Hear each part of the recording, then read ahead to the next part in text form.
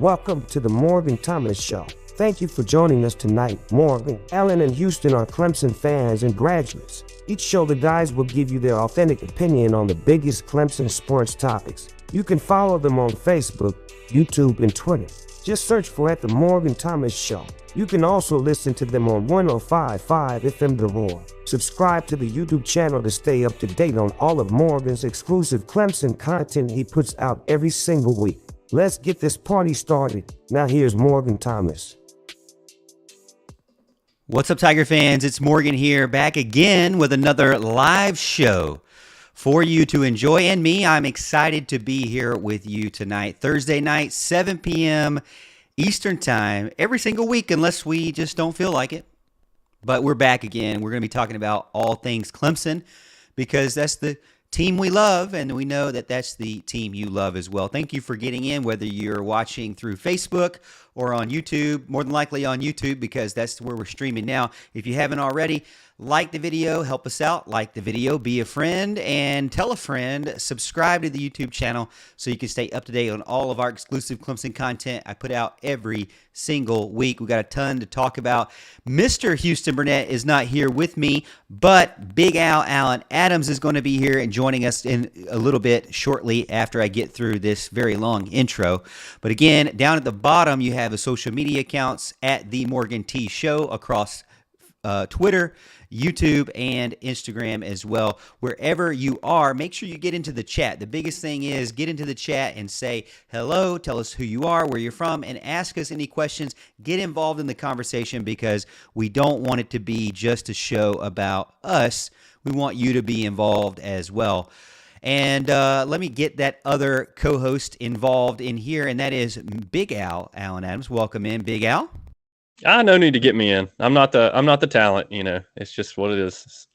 Sidekick. You technically are the talent, Big Al. I mean that is what you're listed as is the talent. I mean, you're not the producer, so you have to be the talent. Okay, all right. Well, I'll do what I can. That's going to be. Hey, look, we still got stuff to talk about. I mean, football's been over, so that's still kind of frustrating. But got some baseball. Little twinkle in my eye. Baseball starts next week, so that's cool. Still got basketball to talk about, even though we're on a little bit of a slide. So we'll find some Clemson topics tonight, I'm sure. We got a lot of stuff to talk about, but really just going to kind of go off the cuff and get you involved in the chat and just discuss kind of anything and everything Clemson that's going on right now. I'm going to get over to the chat real quick and take a look at who's in there and who has said hello so far. If you haven't already, make sure you get in and do so. We have our number one fan, Kevron Harris, saying, hi, Morgan Thomas, Big Al, Allen Adams, Houston Burnett. Houston's not here tonight, by the way, but go Tigers all in from Cope, South Carolina. By the way, I have this YouTube chat app thing, Big Al. A YouTube chat app, all right. Yep. And I need to use it. I need to utilize this function. So I'm going to pull it up here. I'm doing this on the fly here. I'm going to connect this in. Sure. It usually works well when you do things on the fly. Yes. Well, that's my MO. We're going to do things on the fly here. Pulling up the Morgan Thomas Show on our chat is saying wait. It's saying wait. Wait. Wait's not a good thing. Yeah, not on a live show. In particular. Yeah. All right, well, we're going to get in as well. We got Tiger Paw 1979 says 2 home runs and 2 doubles for the 3 grad transfers starting the season for Tiger softball today. Through 5 innings, the Tigers are leading 9-1. And I'm looking at the line here so far, Big Al. Mm-hmm. Let me pull up the split box here. Okay, we got Mackenzie Clark, center field, which I thought she would start center field. I mean, she played center field all last year. So talking Clemson softball here. Mackenzie Clark started off lead off batter, right? Mackenzie Clark, center field. She's a speedster, but she's got a pop in her bat. 3 at bats, 1 run, 1 hit, 2 RBIs, 1 strikeout, and a home run for Mackenzie Clark. And then you've got Maddie Moore. She's a second baseman. She's going to be playing second base. Now, they had Cami Piera last year. And so she played third base, I believe, third or short.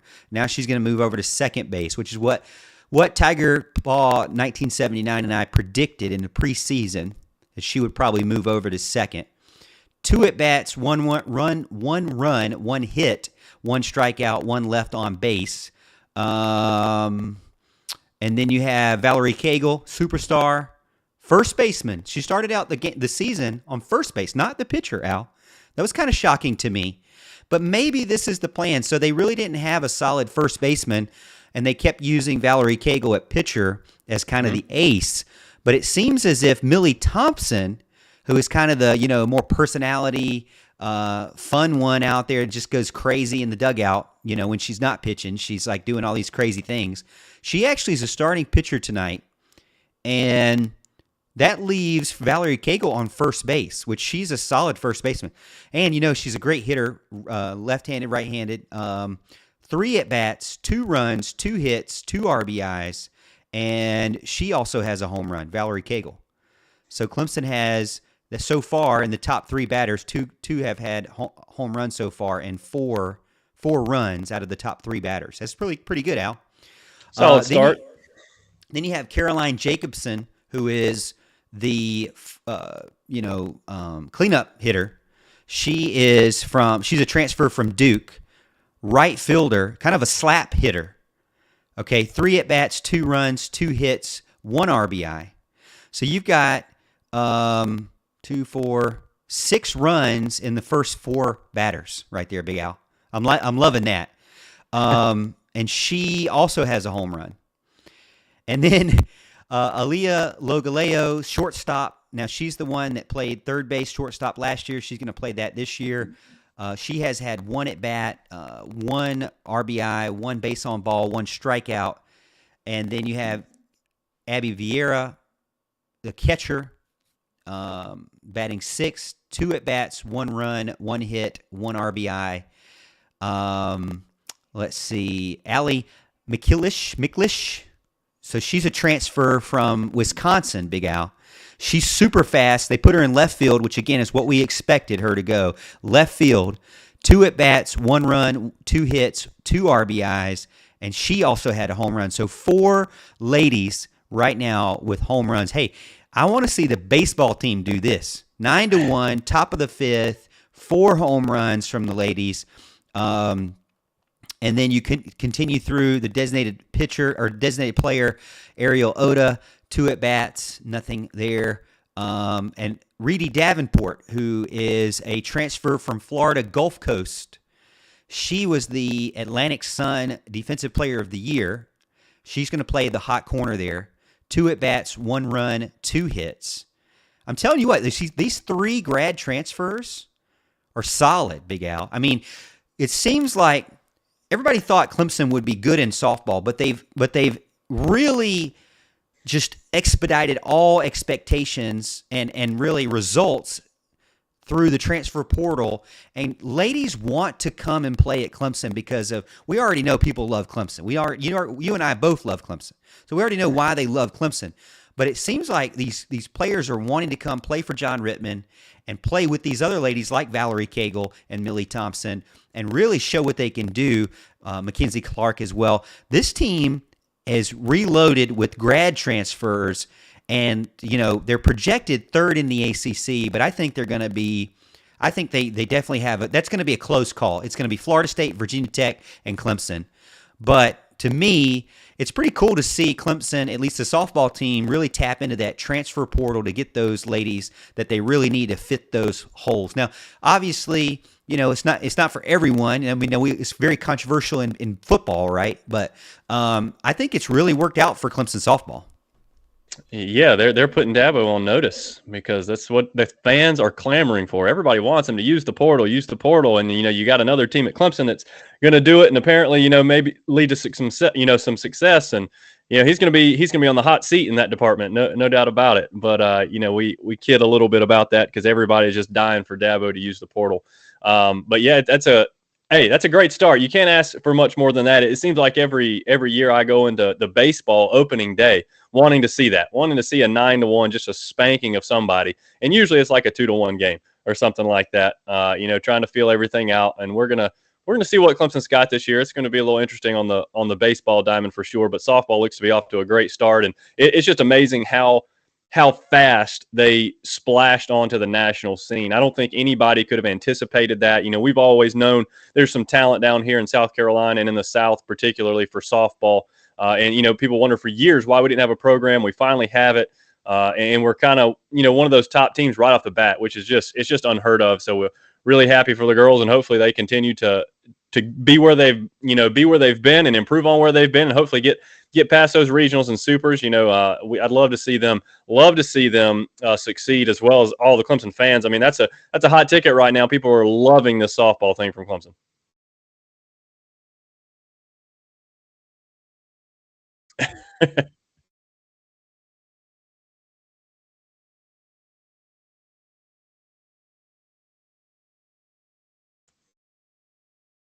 There you go. I'm not supposed to be able to read that, Em. There we go. That's a little bit better.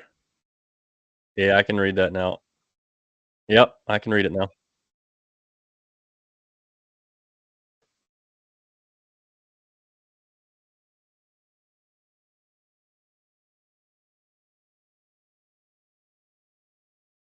Sure. So can they hear you now? Because it says they can't hear you at the bottom of that. Oh yeah, sorry. Yeah. So you can't hear me. Sorry, I got to press the unmute button, Big Al. All right. So what I was Okay. saying is that I had to add the chat in there because it's not working on my widget that I have. So all right. So I put the chat in there, and we're talking about Clemson softball. Tiger Paw gets in. Rittman is great with the portal. Last year saw Sam Russ coming from Duke as a grad transfer, and she led the team in bases stolen. Well, she didn't come from Duke; she came from North Carolina State. But her dad, Rush, played for the baseball team. So yes, John Sarian says, haha, press the right buttons. That is correct. I need to press the right buttons to make sure that I'm doing the correct thing.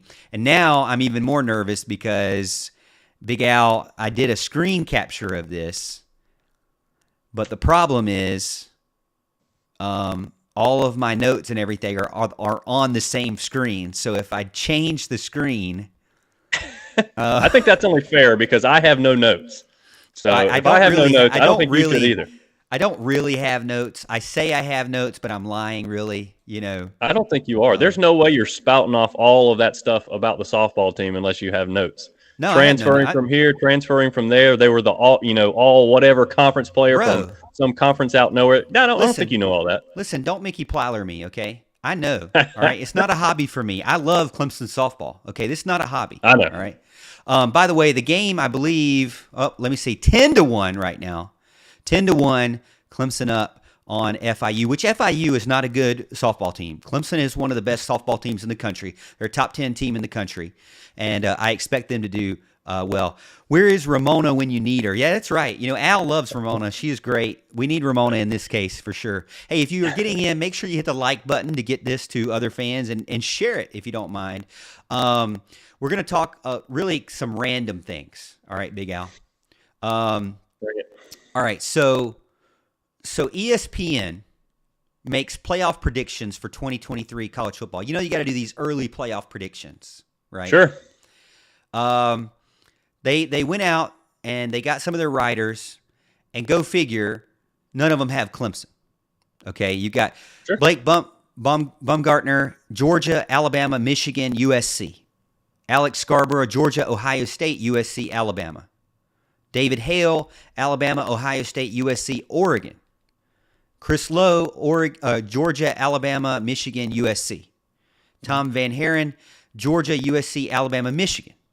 Heather Dinich, I know your favorite, Georgia, Alabama, USC, Michigan.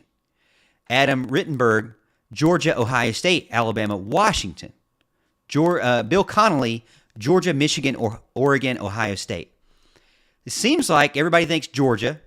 All right. Everybody thinks Alabama. Some sprinkled in Ohio State. A lot of people are saying Southern California.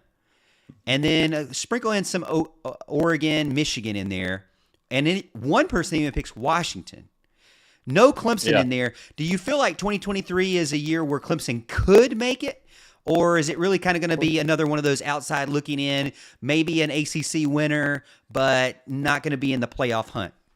No, absolutely. I think they could make it. I mean, I don't know if we actually talked about this on the show because I was gone last week. So the schedule, has come out. I think Clemson's got a really tough schedule.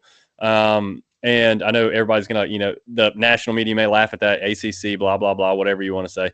But, some of these teams are tough. I mean, Notre Dame and Florida State, seems to be coming on. Miami's getting the recruits. They haven't showed it on the field yet, but, North Carolina with Drake May, I mean, there's some solid teams in there. And, Clemson has not been Clemson for these past couple years. It's been difficult. All right, the offense has not been where it needs to be. The wide receivers are not getting separation. They're not getting in position to make plays. The quarterback play has been the roller coaster that it's been. So I don't have any problem with none of the national analysts picking Clemson. I don't really have an issue with that at all. But I am here to tell you they can absolutely make it, especially with a Garrett Riley offense and Cade Klubnik at the helm. In year 2, I think that could certainly be the case. Now, there's not, Clemson's still going to be lacking in some positions, particularly wide receiver, like we said, unless somebody really steps up to the plate. And maybe Riley's system gets guys open enough so we don't have to worry about it as much. And maybe that's a real thing. We'll find out, when the season starts. But I think the wide receivers are going to be much more productive this year. The question, I guess, will be, are they going to be productive enough? How's the defense? I mean, the analysts are probably looking at the fact that Clemson is losing some big-time guys off the defensive line. And the defense in general, with Trenton Simpson, Brian Brzee, Miles Murphy, KJ Henry, all those guys. And I understand that. I still think we're going to be pretty good on defense as long as we stay healthy. We can get some production at defensive end. We did have a few come back that we weren't expecting. So I think Clemson's definitely in the hunt. I don't know that it's a sure thing. It takes a lot of luck, to get into the playoffs, and as well as a lot of talent. Clemson has a lot of talent. Luck as far as injuries has not been on Clemson's side the past couple of years, that's for sure. And they've had have other problems as well. But yeah, Clemson can absolutely get there. Well, one thing that I was looking at specifically was the fact that if you picked Georgia, Alabama, they don't play in 2023 in the regular season. Mm-hmm. So you're basically saying that both of them are going to make the SEC championship game, probably undefeated.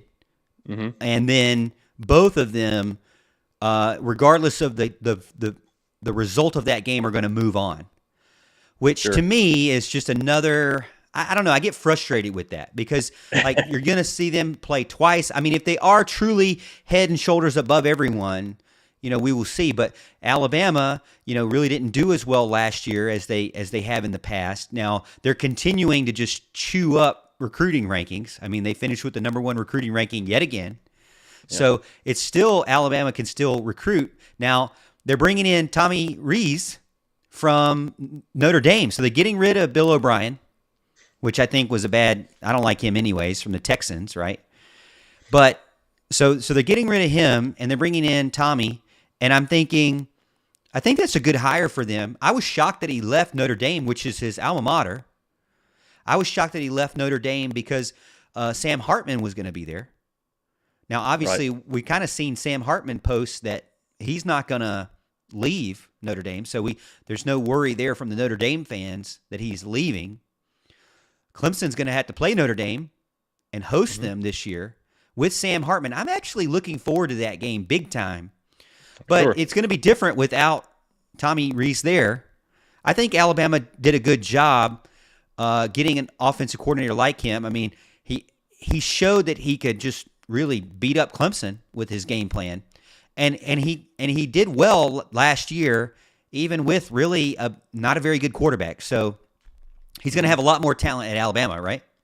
No doubt. Yeah, I think that's a big key there. And I don't know. I'm interested to see if they're like you said, they don't play. They're both putting them basically in the championship, and I don't know whether they're necessarily saying they're undefeated or not, because SEC you can get by with 2 losses sometimes and get into the playoffs. But I'm not so sure that Georgia or Alabama goes undefeated next year. I mean, Georgia does have a really easy schedule. I mean, it's really bad from what I remember. But I just don't know what are those guys doing at quarterback. I know we know that some of the names, but they're not proven names, not yet. Their guys are gone. Same thing with Ohio State and C.J. Stroud. They're all gone, so we don't know what that guy may do. We all thought that we were going to be just fine at quarterback when DJ Uiagalelei took over, and we saw what happened. So you never really know what you're going to get from these guys that haven't played. You can look at all the recruiting film you want to look at and look at the rankings all you want to, but they got to get on the field and play, and you don't know what you're going to have until they do that. When you look at Georgia's schedule, which, like you said, you're right. I mean, they have Carson Beck, who Right. I believe is what everybody's talking about, going to be the next guy. But then they have Brock Vandegrift, right? Yeah. 5-star guy.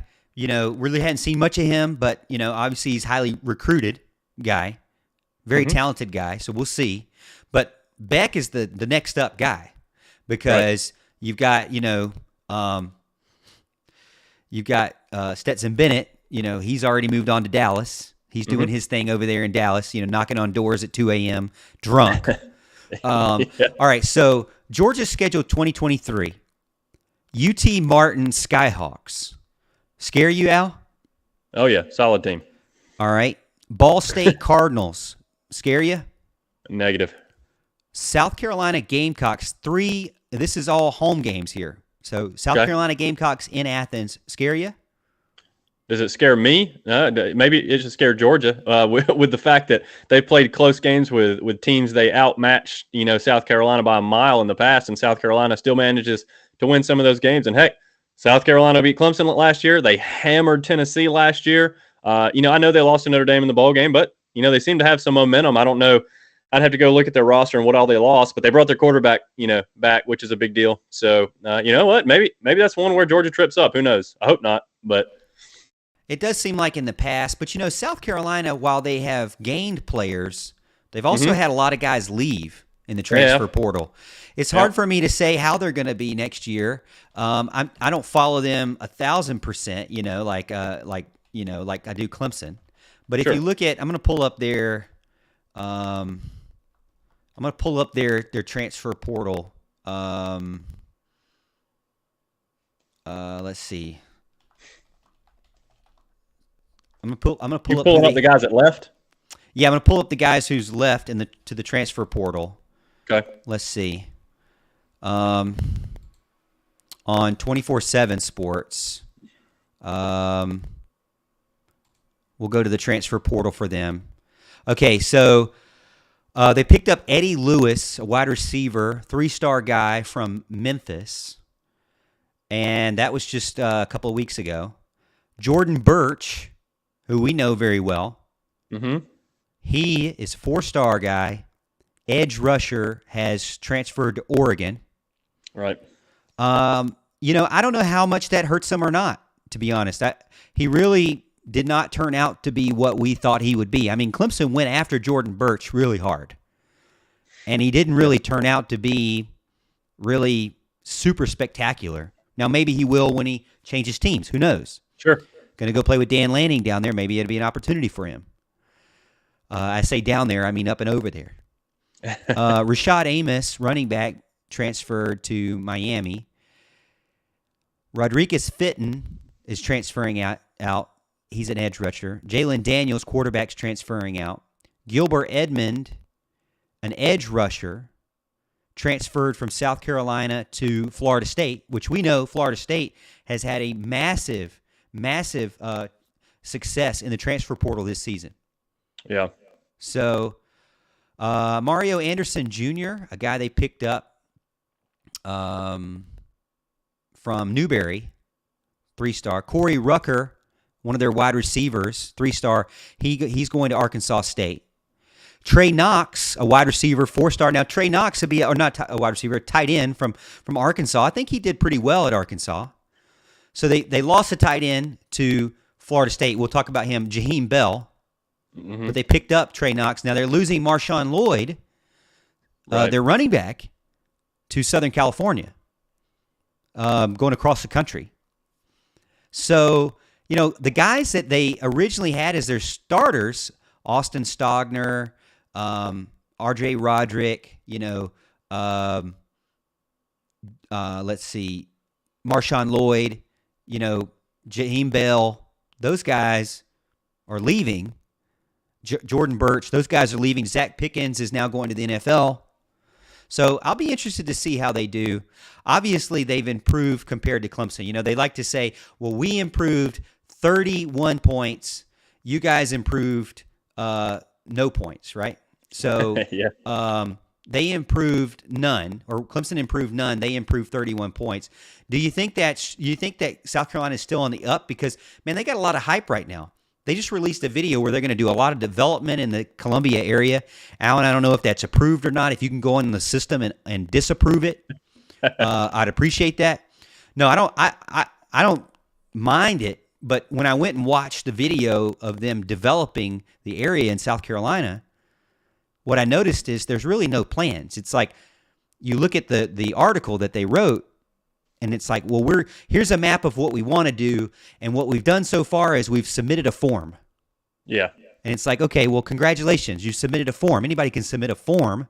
Mm-hmm. That doesn't mean you're going to turn it into the Battery in Atlanta by submitting a form. Do you think that the hype is real for them going into 2023?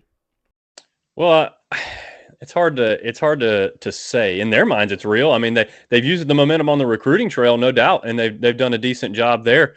They seem to be picking up steam with a lot of recruits, and that's okay. The problem with South Carolina is I think there's a cap. I think there's a cap to their success. And they met that back in the Spurrier days. I just don't think there's too much competition there, and especially now with the new NIL stuff. I mean, Georgia and Tennessee are in Florida, they're going to be over those guys, and of course on the West, they're all going to be ahead of the game over there. It seems like. So I just don't think they're ever going to be able to kind of bust through that ceiling. I don't see it. It's not to say they can't jump up and bite people from time to time. They've done that in the past, and heck, they did it to us this year. So it can certainly happen. And that's not that they won't get talent. They've hit the transfer portal as well. I mean, they're quarterbacks, from the transfer portal. So they can. I say there's something to the hype for sure, but I think they lost a lot on defense. They lost some playmakers as well. Bell and Lloyd both leaving. That's a huge hit right there. I think it's all that much more concerning because they beat Clemson by 1 in Clemson this year. They've got some momentum on the recruiting trail. You don't ever want to see them get any type of momentum. I think there's certainly we're potentially going to lose all three of the best linemen in the state, the offensive linemen in the state to them. May not happen. We could potentially get, one or heck, maybe two of those guys. Recruiting can change all the time. But I think as of right now, we're behind South Carolina for all three of the best linemen in South Carolina. Now, that's not good for perception moving forward. I can promise you that.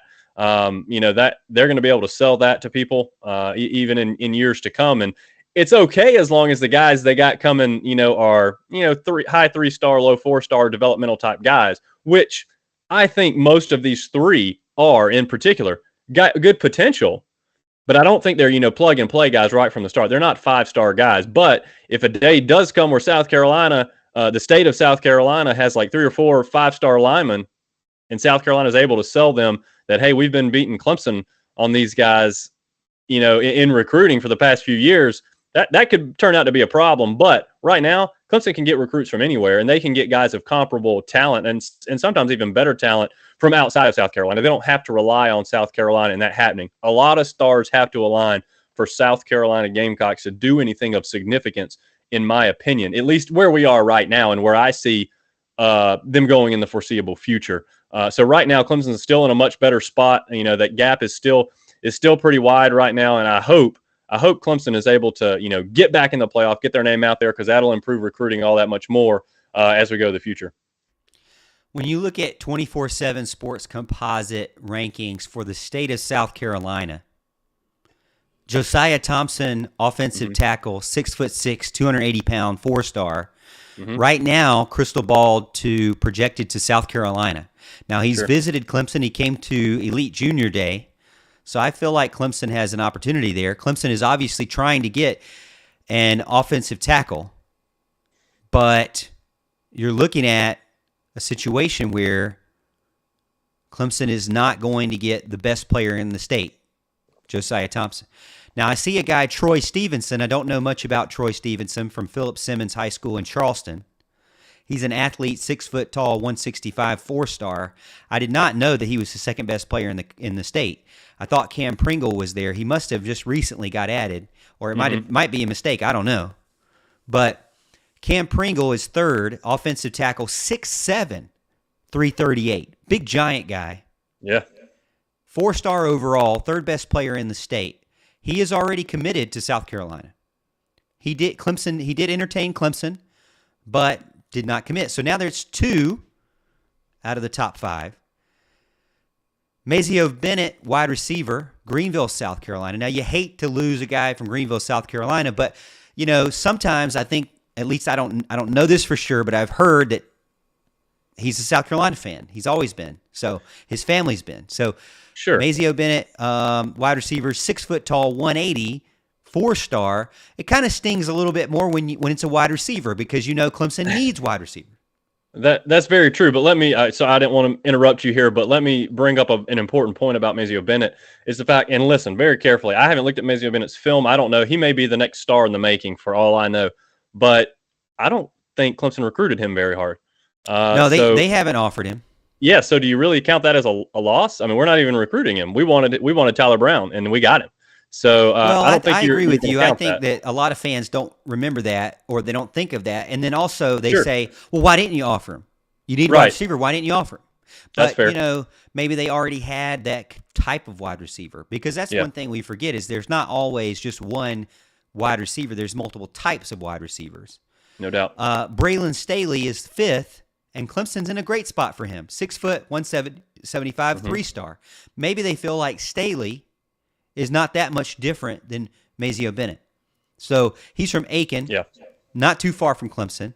6 foot, 175, 3-star overall. But again, you can't get too caught up with, he's a 3-star, he's a 4-star. These guys could be very comparable. Look, they're the same height and the same weight. Yeah. So they could be very comparable, and it's like, well, why would you not take the guy that loves Clemson versus the guy that doesn't care? You want a guy who's bought and all in, right? So take that guy. Well, Clemson is projected to pick him up so far. So that's 1 out of 5. And then Blake Franks is 50-50 really right now with South Carolina. Another Greenville guy. Now remember, Greenville picked up Colin Sadler, picked up Tyler Brown. So Clemson has a pipeline there with Greenville. Now Chat gets in and says, don't forget, Hard Time gets in and says, Dillon has been a U of SC pipeline for years, so not a surprise. Goes back to Josiah Thompson. I believe that Mr. Houston Burnett has mentioned that many times to us, like Dillon is someplace that you just don't go in and beat South Carolina. It's kind of like Lakeland, Florida for the Gators, and you just don't go in there and beat them for that. It's just that's the way it is. So Blake Franks, 50-50. He did come to junior day. He's 6'5", 310, 3-star guy. So out of the top 6 so far, South Carolina is in position, already got 2 of 6. They're in position for 3 of 6. And Clemson's in position for 2 of 6. So if they walk away with 3 and Clemson walks away with 2, is that a loss in the state? I mean, they're still recruiting in the state. They're still landing guys in the state. Are they landing the top guys? I think landing the top guys or not is really rotational. It's cyclical based on, as the chat has mentioned, where the players are from. There's a lot to that as well. It's just, it would be purely an optics thing, like I mentioned. If they were to land all 3 of the linemen, I think Josiah Thompson is the best of the bunch there, and I think he grew up in South Carolina as well. So I think he's given Clemson a fair shake, but I believe he's kind of grown up South Carolina, and he'll probably go there if you ask me. They've already got Cam Pringle, and Blake Franks is 50-50. If they were to land all 3, that doesn't look good for Clemson. Whether it is a detriment to Clemson's team over the long run or not remains to be seen. I have my doubts about that, but it's just in the short term, that's something they can use for sure. But you talked about Braylon Staley, and I'm pretty sure we did his film review. I think we reviewed several of the receivers' film on air. I know we were supposed to at one point, and I have seen Staley's film. I love Staley's film. A lot of people, I think, are concerned about his long speed potentially, and I think that's tough to see from the film. From what I remember, he was making all kind of great catches. He was judging the ball very well, adjusting to it, looked very athletic. He was beating the defense deep at times too, but his quarterback underthrew him almost every play, which is why every catch he made was almost contested. And I love his film. I think that would be a great pickup for Clemson. It wouldn't hurt me one bit. I don't care if he's a 3-star or what he is. It would be a good pickup. Quickly checking in on softball. Clemson softball wins their season opener against FIU in Miami 10-1. Just a quick rundown of the box score. Clemson had 23 at-bats, 10 runs, 12 hits, 10 RBIs, 2 base on balls, 4 strikeouts, 3 left on base, and 1 stolen base, 2 caught stealing. Batting-wise, we had a couple players with doubles. Valerie Cagle had 1, Abby Vieira had 1, Reedy Davenport had 2. Home runs, Mackenzie Clark had her first, and she started it off with the first. Valerie Cagle had 1, Caroline Jacobson had 1, and Allie McLeish had 1. And so of the 3 transfer girls, you got 2 that hit home runs today. RBIs, 2 for Mackenzie Clark, 2 for Valerie Cagle, 1 for Caroline Jacobson, 1 for Logaleo, 1 for Vieira, 2 for McLeish, and 1 for Kaya Keller. Fielding, Valerie Cagle had a double play, and Leah Logaleo had a double play. As far as pitching goes, Millie Thompson, 46 pitches, 24 strikes, and 1 earned run. Reagan Spencer, 13 pitches, 8 strikes, and Valerie Cagle, 15 pitches, 10 strikes. So dominating performance by the Tigers there. 1.753 on base percentage, baby. Really, really good performance there. Looking forward to seeing what the Clemson can do the rest of this weekend because it is the FIU tournament. To me, they should win this tournament. If they walk away without winning this tournament, it'd be a disappointment. Clemson is one of the best teams in the country, top 10 team, and very proud of the ladies for getting it started out there 10-1. I'm looking forward to going to this season. Really, really excited for what comes up. Al, another interesting topic, just changing subjects here. This is more radio style, man. It's like me and Mickey. We just do whatever. We just say whatever. Georgia's yearly college football recruiting spending, $4.5 million. 1/3 more than any other school, Big Al. Georgia Bulldogs. Okay? Now, when I talk about recruiting spending, the recruit expense totals in the latest NCAA reports cover transportation, lodging, meals for recruits, and school personnel on official and unofficial visits during the time period of July 1st, 2021 to June 30th, 2022. It also accounts for phone charges and postage for pursuing recruits and the value of schools' vehicles and planes or those used by the school for recruiting.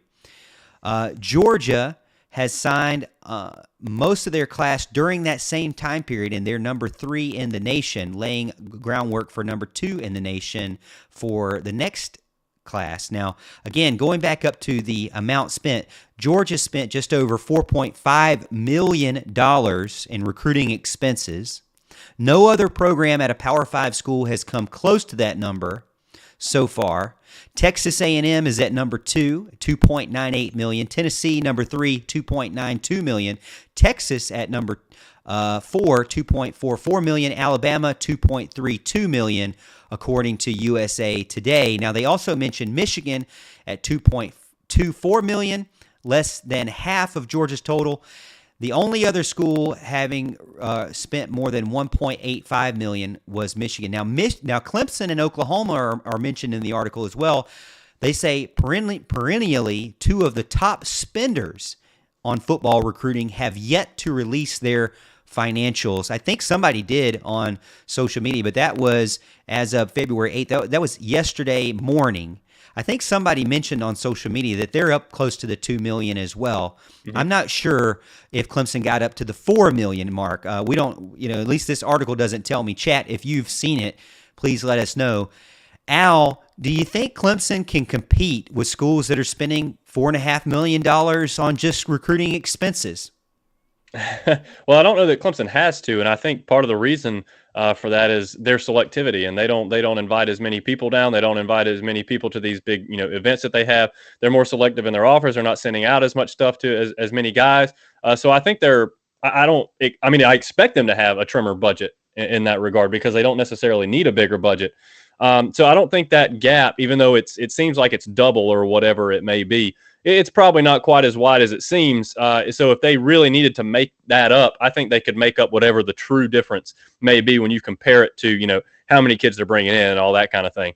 But it doesn't surprise me at all that Georgia's spending that much. I mean, and they can do that easily. I mean, they've got the base there, they've got the cash, they got the SEC money coming in. I'm actually shocked. What I'm shocked of is there's nobody that close to them. Like why isn't Texas A&M? Why isn't Southern Cal? Why isn't Alabama? Why isn't Ohio State right there neck and neck with them, or even beating them in that regard? I think it's kind of shocking to me. Yeah, I'm interested to see what Clemson can do or what they end up coming out with if they haven't already, because you're looking at, Clemson, they mentioned it in the article that they're not afraid to spend money. Mm-hmm. We know that Clemson has the means to spend some money on recruiting and be one of the better teams, and they want to compete in that area.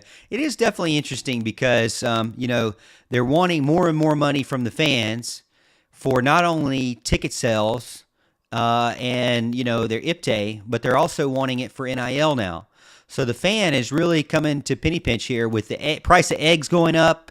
I don't know what's going to happen. Something's going to give eventually, I think. I mean, you're going to keep spending astronomical amounts on recruits and players and coaches, and then just keep getting to a point, Al, where I think you're pricing out. They're going to get to a point where I worry they're going to be pricing out the average college football fan, the average person that lives in the area. That's something that I've been seeing with Formula One, because it's became so popular. Al, if you and I wanted to go and sit on the grass for 3 days on the weekend for Formula One, literally sit our butts on the grass, $700 to do that for 3 days. And sit on the grass, probably not even have that good of a seat. You know what I mean? Not like good of a view of the track is what I'm saying. It's not like NASCAR where you can see everything, because Formula One has twists and turns, and they're usually, kind of wind around the area where you don't see everything like in an oval track, right? Right. So that's a big concern to me, is like fans are saying in Formula One, hey, I would love to go see Ferrari. I'd love to go see Mercedes. I'd love to go see my superstars. I just can't drop $700 to sit on the grass, or a couple of $1,000 to sit in a seat with no shade, right? Mm-hmm. So do you worry that that's going to happen to college football? They're going to keep spending astronomical amounts on players, coaches, recruiting, NIL, and the normal guy, the little guy that lives on Main Street, USA, is not going to be able to afford it. Yeah, it worries me because I'm one of those guys, and I want to be able to go see the games. But yeah, look, it's the NIL world we live in, the NIL that's not actually NIL world we live in, and they're getting more and more cash. The deals are getting more and more exorbitant. People are paying more and more for tickets and facilities. Clemson's gone up; their seat equity's gone up this year. It's getting crazy. It really is. I hate the direction it's going. I wish they could cap it somehow, so that, everybody could, if they want to pay players what they consider fair share, fine. I don't really have an issue with that. I just wish it was something even across the board, so that everybody that's, in college football would still be able to compete somewhat. Yeah, I think it's definitely a concern for sure. Let's move on to basketball real quick. All right. Because we know that Clemson basketball has a big game coming up Saturday. I'm actually going to be working the women's basketball game on Sunday, and won't be doing the men's basketball game. They've already got 2 people filling in for that game, but it's against North Carolina, 2 p.m. on ESPN2 at North Carolina. Now, North Carolina, I believe, is just coming off a loss where they got kind of beat up pretty bad. Mm-hmm. Brad Brownell came out recently after losing to the Miami Hurricanes, and he said, I'm disappointed. The only thing I've been disappointed in my team a little about this year is our guys are not aggressive enough offensive rebounding. Some of that is, I think, who you are. We've got a lot of really nice kids, and they're skilled players. They're good basketball players. But we need more toughness sometimes. They need to get the nice kids out of here or make the nice kids mean. So that's an interesting comment from Brownell, because what I've seen this year, and he's right, offensive rebound is terrible, but mostly it's because there's nobody there. They're like at the 3-point line. How are you going to get an offensive rebound out there? He's got to teach the kids to be down low, or make his plan so that they're down low and available to get an offensive rebound. And that's something that I have seen. This team doesn't lack toughness. If you see them on the defensive glass, man, they're banging people around. I've seen some games this year where I'm like, man, they're really letting them play this year. Clemson's getting away with a lot of contact, whether it's PJ, whether it's Middlebrooks or Schifflin or whoever it may be.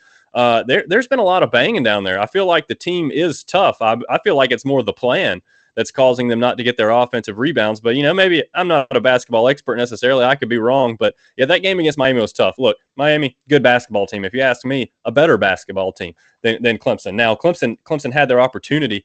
I actually watched that game.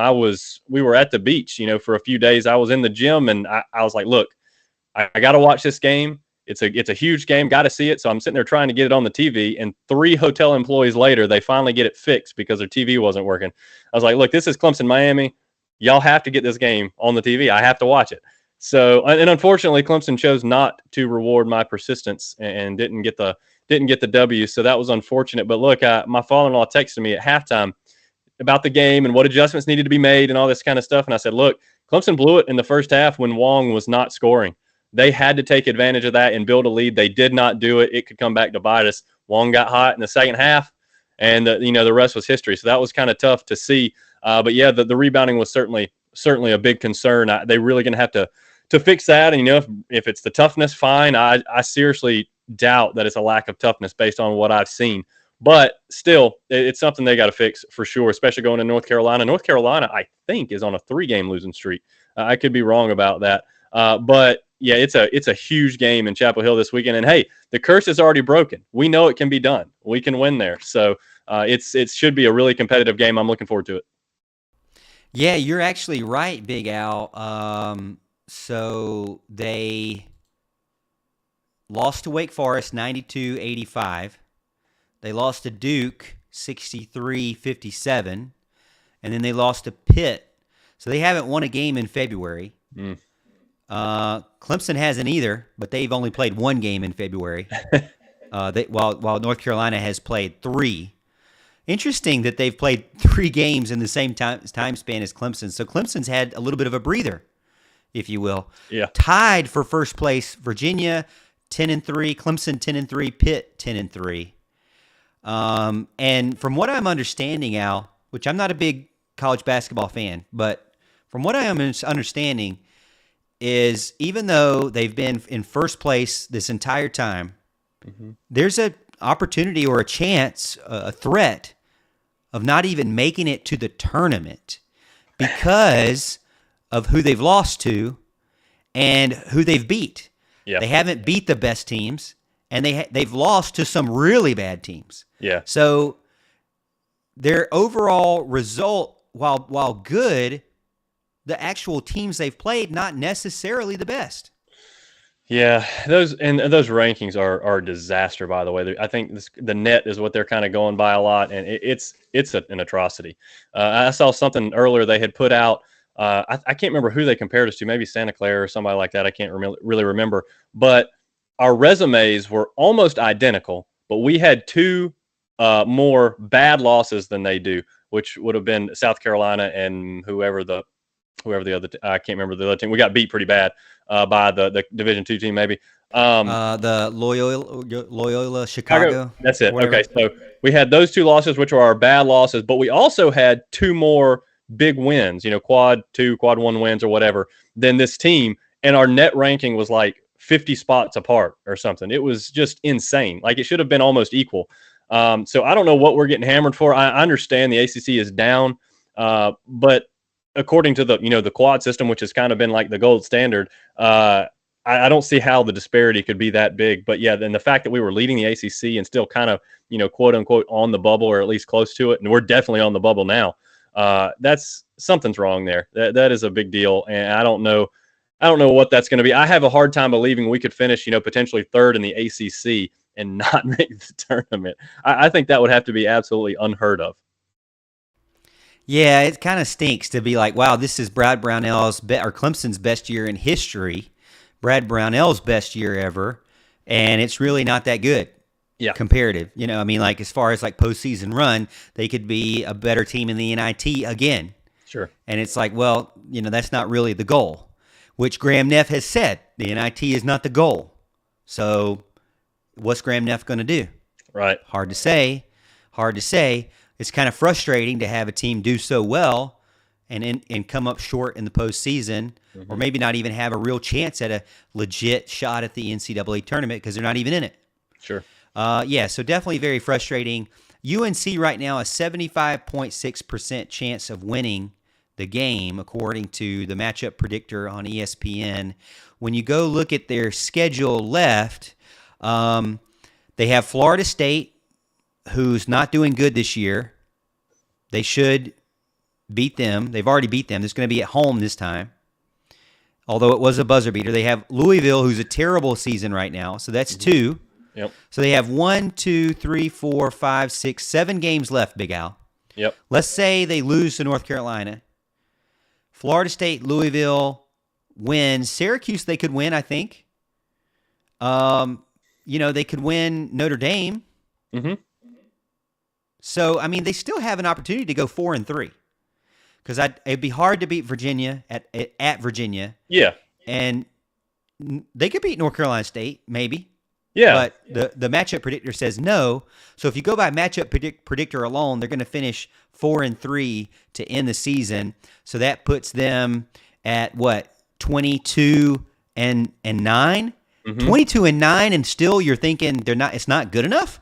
Yeah, that's nuts, and that's just how down the ACC is. Apparently, I think I think if they go 5-2, that would help out. My issue with that is because I think you're gonna, when you're looking at the schedule, you're going to think they probably have odds favoring them losing to North Carolina, probably losing to NC State, and losing to Virginia, especially on the road.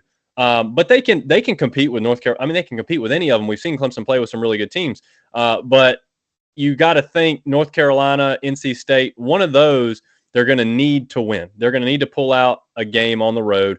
My issue here is I fear the Syracuse team, and I understand Syracuse is not the Syracuse of old. That zone always gives Clemson trouble. It just does.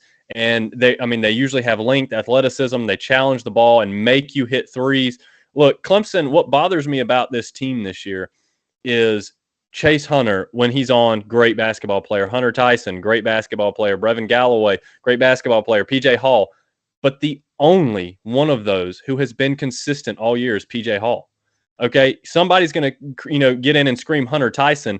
I saw Hunter Tyson for 4 games hardly make a shot. Or compared to how many he was shooting anyways. And Hunter can get really hot and score 30. He's done that a few times too. So I don't want to take anything away from him because he's had an awesome season and he's been a huge reason for Clemson's success. But the inconsistency has been rough. When you're going from 30 points to, 4 or whatever it may be, I can't even remember what he scored in those games. That's a big disparity, and Chase Hunter, he's been off and on with some injuries as well. And Galloway as well with his issues. So it's been tough. And, PJ's coming back from his injury start of the year, which is one of the main reasons we probably lost a couple of those games we shouldn't have, especially South Carolina. It's going to be neat to see what happens. If we could get those guys consistently playing, and I don't mean necessarily scoring 30 a game for Hunter Tyson. I'm talking all of them over 10. Something like that. I think these guys can go really far. We just can't have those games where nobody can shoot. And if you do that against Syracuse, you're going to get beat. Yeah, that's interesting. The zone's still killing it out there. Yeah. In Syracuse. So, Al, we're at the 8 o'clock mark, but I wanted to throw out some more topics here real quick because I did want to touch on baseball. It starts up next weekend, and I gave a lot of time to the women's softball team. Great job for the win, 10-1 over Florida International today. I wanted to give some time to Clemson baseball as well. Got Eric Bakich as the head coach now, but they are predicted, the ACC coaches, all right, the ACC coaches for the Atlantic Coast and the Coastal Division, they predicted Clemson to finish 5th in the Atlantic Division. Louisville and Wake Forest are the favorites by the league coaches. Mm-hmm. So you've got overall champion Louisville. Louisville gets 6 votes. Wake Forest gets 6 votes. Clemson gets 1, and Virginia Tech gets 1. For the Atlantic Division, Louisville gets 6, Wake Forest 6, NC State 1, Florida State, and then Clemson, Notre Dame, Boston College. So Eric Bakich has got a lot to prove this year. Obviously, from what it looks like, it's heavy on the Atlantic Division side.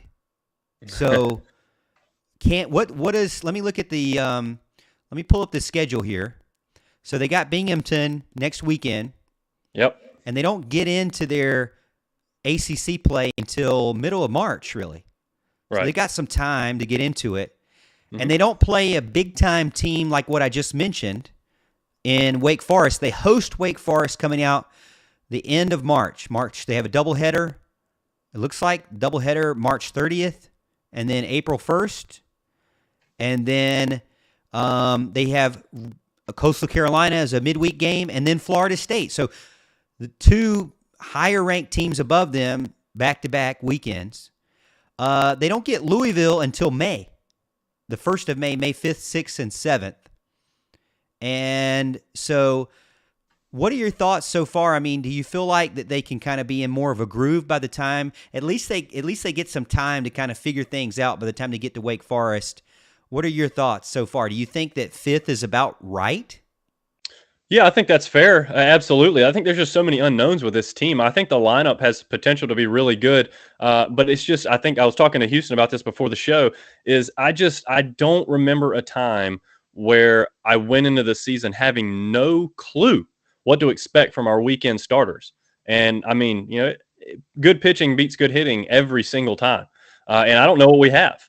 We've got Ryan Ammons, who potentially will be our Friday night guy, who's isn't a starter. He's been our closer.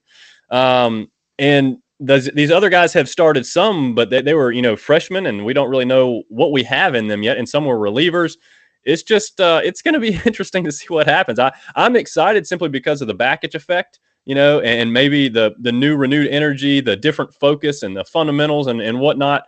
I think we have a good lineup, and, you can outscore people, and that's great. I have no problem with that, but it's just going to be fun to see how this team gels, how it develops. Usually we have Florida State at the end of the season, which it always seems like we go to the end of the season needing to beat Florida State in order to make the tournament. And we always seem to rise to that occasion. It's been a lot of fun over several years that's happened. So we get them a little earlier this year. The good news is, I say the good news, before we get to the ACC schedule, which is going to be incredibly tough, we do have South Carolina before that, and South Carolina's got a great starting rotation. So that'll be a tough series. It's one you want to win, like we talked about, for pride purposes as well. We've already lost in football and basketball, 2 disasters. So we need to go ahead and get the W in baseball and win that series, which is going to be tough this season in particular. So it's going to be fun. I'm looking forward to it. I really do love baseball, and I want to see what Bakich brings to the table. And I'm hoping, maybe we can get Corey. I'll at least talk to Corey before the season starts to get his thoughts. I think I told you I may not be able to be on the show next week, but if we can, it'd be great to join with him live on the show next week to kind of preview the season and get his thoughts. What are your thoughts on the starting rotation or the lineup? I'm thinking if Cooper Ingle is healthy, he's going to be your starting catcher. What about the infield, first base to third base? What's your thoughts? So right now, I think Ingle's nursing some kind of arm injury right now. But he's could potentially catch. I think we have a freshman. I can't even remember his name, Gerald, something like that. That could potentially be our catcher. I believe he's a freshman. But first base, I would imagine you'll see Grice, and I think Bertram potentially is going to be at second. Blackwell will be your shortstop, and Wright will probably be your third baseman. And then you go outfield, left to right. That's where it's all up in the air. You think Corbett may be a guy in left field because of his bat, but he's not a natural left fielder. So maybe they try, one of the freshmen or an upperclassman who hasn't got an opportunity yet. You think Will Taylor, of course, is in center field. Right field, is it Ferry? Ferry feels like he's been here for 20 years. He's really got to improve his consistency at the plate. His on-base percentage is not that bad. I wouldn't say he's all that natural right fielder either. But Clemson's been playing that way for a few years now, it seems like. It seems like center field is settled and everything else is just kind of throw guys out there. Whoever's hitting seems to be plugging in the holes in the outfield. So that's kind of my guess for the lineup. And as far as the weekend starters, I think Ammons is going to be Friday night. I think they're going to take him out of that closer role because he's got the best stuff. I think they're going to put him on at Friday night. And I'm guessing Billy Barlow is going to be your Saturday guy, and Alex Gordon is going to be your Sunday guy for now. I think Tristan Smith, the freshman, will be your weekday rotation guy, and maybe having a chance to move up depending on what the other guys do. Because I think Smith has a lot of talent. I think he's a guy to look out for sure. But it's gonna be fun. I'm looking forward to it. Yeah, I know that they mentioned Eric Bakich mentioned Ryan Ammons, lefty from Easley, South Carolina. Like you said, was the closer last year. Billy Barlow, Caden Grice. Ty Olenchuk could go down and be the closer going into this year. You mentioned maybe hinting that. And as you also mentioned, Bakich came out recently, Coach Bakich came out recently and said he could rotate 8 guys in the outfield. So he doesn't know either. I wouldn't doubt it. Kind of got to let it happen. Interesting to see. I'm excited for Clemson baseball starting next weekend, 4 p.m., Friday the 17th, and that will be Binghamton. I believe that's next Friday, right? Yeah, that's next Friday. Yep. Binghamton, 4 o'clock, yep. 4 o'clock. Again, softball's already underway, already finished their first game of the weekend and won 10-1 against Florida International in the Florida International challenge there, or tournament there. And then Clemson basketball, 2 p.m. Saturday they're traveling to North Carolina to try to beat the Tar Heels and beat expectations and still stay away from being on the bubble, which is crazy to say. Al, we're past our time. We have talked about baseball. We've talked about basketball. We've talked about SEC, ACC, recruiting, budget, money, dollars, a little bit of everything, and some in the chat as well. With it being the off season, we're just kind of going off the cuff here and talking about all things topical and whatever you have as well. Thank you so much for getting in and being a part of the show. If you forgot or missed some of the show, make sure to tune in on YouTube and check out the replay. After this, it'll be up maybe in 30 minutes or so. Check that out. Every Thursday night, 7 p.m. Eastern Time, right here on YouTube. Myself, Big Al, and Houston Burnett, we talk all things Clemson athletics and anything that you want to talk about as well. Also, that one thing that we didn't talk about, Big Al, the Super Bowl is Sunday. Who do you got, my friend? I really don't have a dog in the hunt, but I don't either. I think I would probably say, let's go with the Eagles. I have to say the Eagles because my man Greg is a huge Eagles fan up there in Philly. So I'll definitely be pulling for the Eagles, but it's just, it's the NFL. It's starting to get on my nerves, and my man Rodgers is really getting on my nerves.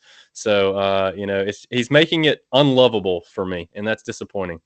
You don't like his whole deal about going off for 4 days and staying in the dark? Did you read that?